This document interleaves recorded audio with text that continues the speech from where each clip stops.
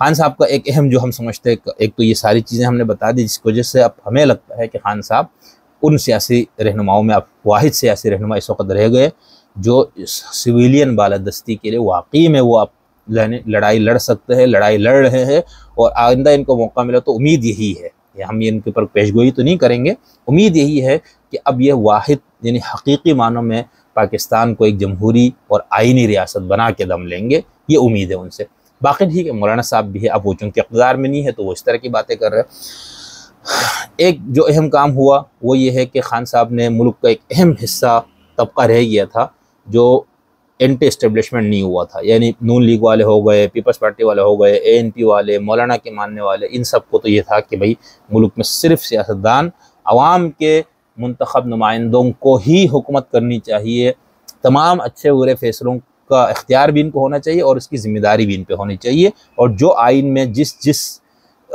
इदारे का, जिस जिस शख्स का, जिस जिस तबक़े का जो जो दायरा कार मुतय्यन है उसमें सबको रहना चाहिए। ठीक है, इस पे इन सब पार्टियों के लोग तो आ गए थे, लेकिन 2022 तक एक पार्टी का ये रह गया था। अब ये अच्छा हुआ कि खान साहब के पार्टी के लोग ना सिर्फ इस मौक़िफ़ पर आ गए बल्कि वो बाकियों से शिद्दत के साथ आ गए। ठीक है, यानी बाकी लोग तो फिर भी ठीक है करते थे बात ये वो, लेकिन इन लोगों ने ना सिर्फ बात की बल्कि लड़ाइयाँ मोल ली, जेलों में गए, इनके साथ जो कुछ हो रहा है वो आपके सामने। मुज़ाहिमती सियासत इस वक्त अगर कही है तो एक ही जगह पर है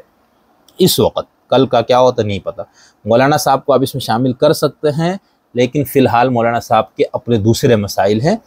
लेकिन वो जमहूरियत और अवामी सिविलियन बालादस्ती वगैरह के मौक़िफ़ की वो भी हामी है। लेकिन इस वक्त लम्हे मौजूद में अगर कोई शख्स मुज़ाहिमती सियासत पे है तो खान साहब है, और जमहूरियत पसंदों के लिए मुज़ाहिमती सियासतदान न सिर्फ काबिल कबूल होना चाहिए बल्कि उनकी हमदर्दियाँ उनके साथ होनी चाहिए, उनकी मुआवनत उनके साथ होनी चाहिए कि भाई कम से कम मुज़ाहिमत की कोई आवाज़ तो है ना, कोई एक शख्स तो खड़ा है ना जो ये कर रहा है। तो मुज़ाहिमती सियासत, और सबसे बड़ा जो हमें लगता है, हम तो यही समझते थे कि खान साहब बड़े बुज़दिल टाइप होंगे और बड़े अल्ले तल्लों में पला हुआ और एक स्टार, और ये एक जो तरीक़ा है, यानी एक चीज़ सियासतदान है वो तो भीख मांगता है, गिड़गिड़ाता है, सजदे में भी गिर जाता है अपने अवाम के या अपने जहाँ पर उनको सियासी मकासद का हुसूल हो। लेकिन खान साहब के अंदर ये चीज़ नहीं थी, यानी वो एक स्टार थे और स्टार का अपना एक मिजाज होता है,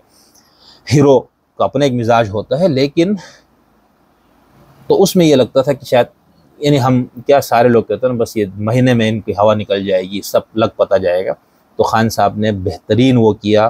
कि इस वक्त खान साहब न सिर्फ डट के जेल काट रहे हैं, बबांगे धूल काट रहे हैं, बल्कि उस जेल के अंदर बैठकर